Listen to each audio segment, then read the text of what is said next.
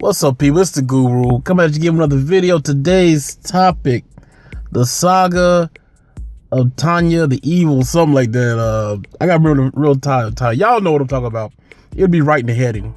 Let's go into this, man. I'm surprised by this, y'all, man. We might have a hit. I'm sorry I'm late to the party with this.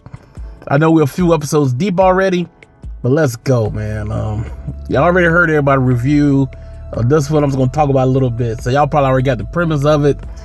It's about this little girl. I think she's a lieutenant in the Empire Army. And they're pretty much a strong army, but they're being, I guess, kind of invaded, or how can I put pressed by these outside forces that are pretty strong. So they implement this plan to like put out these little bases around their main area. And they have these powerful mages pretty much support these little bases to hold off the armies until backup comes there. And so it's working pretty good. And so we found out these mages, in a way, is kind of like I guess you might want to call them witches or something, whatever you want to call them.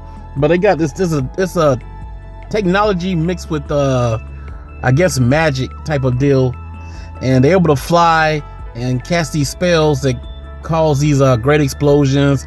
They can create shields, fly at high speeds, just stuff like that. Of course, the stronger your magic is, the more abilities you have and the more powerful abilities you're able to use.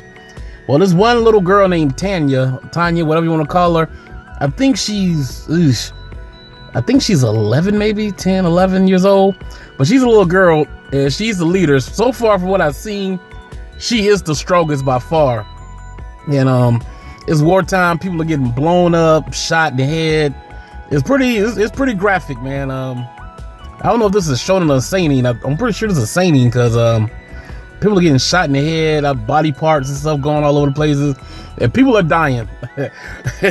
They are dying. They're getting blown up and everything. And I love the character of Tanya, man. This little girl is like she doesn't play. And I like that about her. She'll do what it takes to get the job done. There's no bitch asses to her. And I'm glad we have characters like this. I'm tired of these characters with this whole morality thing. What should I do? She doesn't have that. She just goes like, yo, this is a mission. This is what I was ordered to do. I'm going to carry it out. And fuck if you don't like it.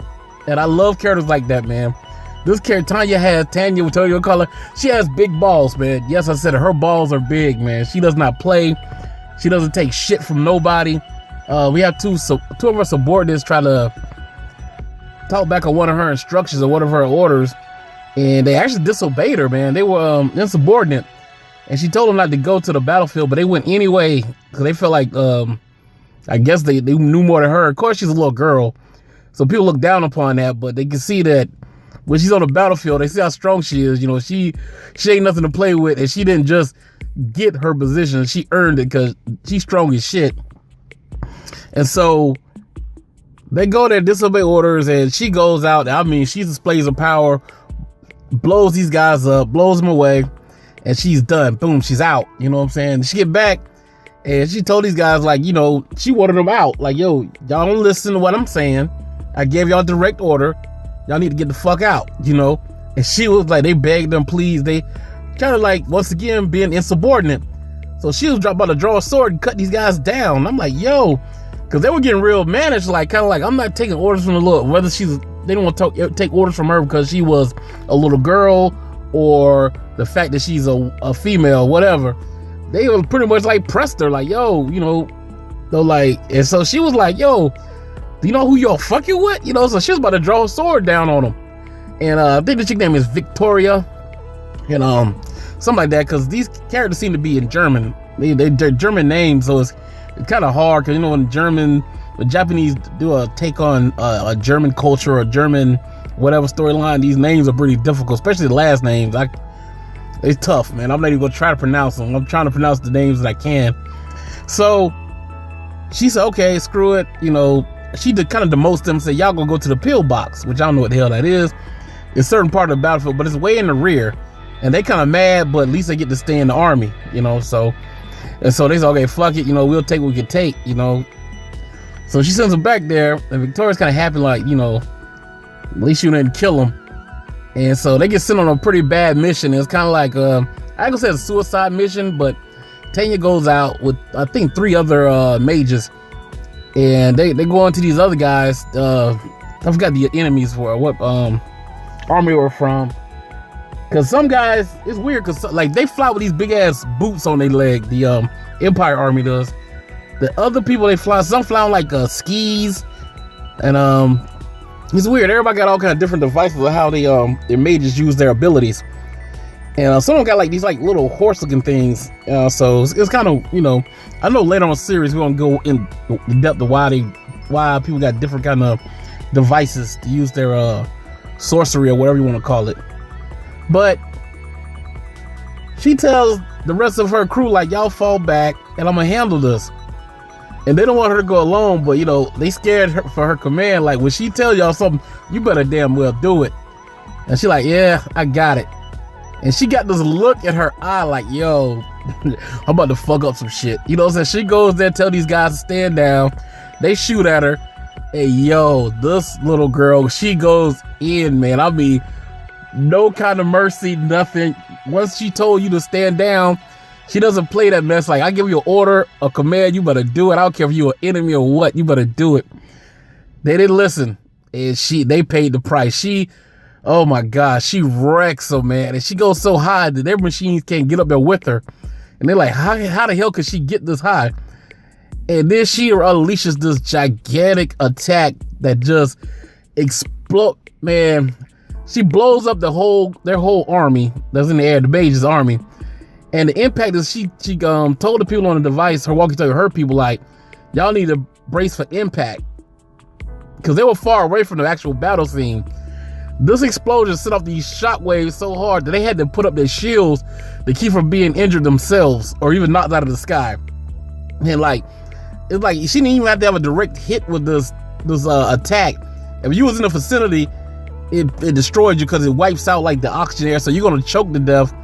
It pretty much, the way I can see it, it incinerates the atmosphere. So either you die from the explosion, die from the shockwave, or you die from the fact that it takes away, it burns up all the oxygen in that area. So you're gonna suffocate, either getting crushed by the impact, or you're gonna get exploded. So it's a crazy attack, man. And I'm pretty sure that wasn't her full power.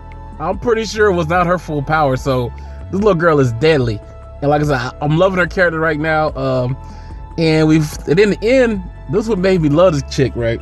At the end, she goes back, we found out the 2 insubordinate soldiers, I think one was like was Chris the Crust or something like that, and Harold or something like that. They're dead because the pillbox got attacked and they got blown up in it. And so Victoria was like, yo, did you know this was gonna happen? And tell you, this is evil, most wickedest smile ever. Like, yeah. And I'm like, yo, this little chick, yo, let's get it. You know what I'm saying? So first episode, it got me, man. I will be reviewing the rest of the series. Long as it's interesting. I hope it doesn't give me false hope like the Drifters did. I dropped it after 8 episodes. It kind of I just got distracted. I don't know. I still need to finish watching that. But so far, I'm liking this. Right now, I actually like this more than I like the Drifters off 1 episode. So like I said, I'm saying off 1 episode, so I got to see how it progresses as we go along.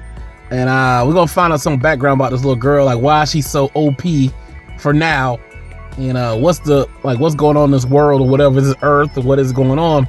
On another thing, quick side note, some reason I got a Full Metal Alchemist feel off of this show.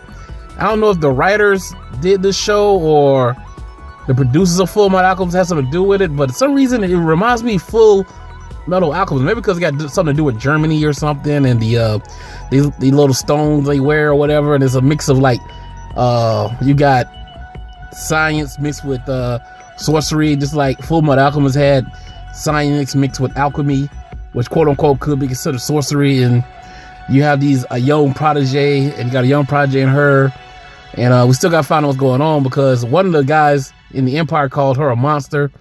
And the episode's called The Devil of the Rye or something like that. So it's going to see, man. So it's interesting, man. Tell me what y'all thought in the comment section. Don't forget to share and like. This is Guru. I'll let y'all later. Peace.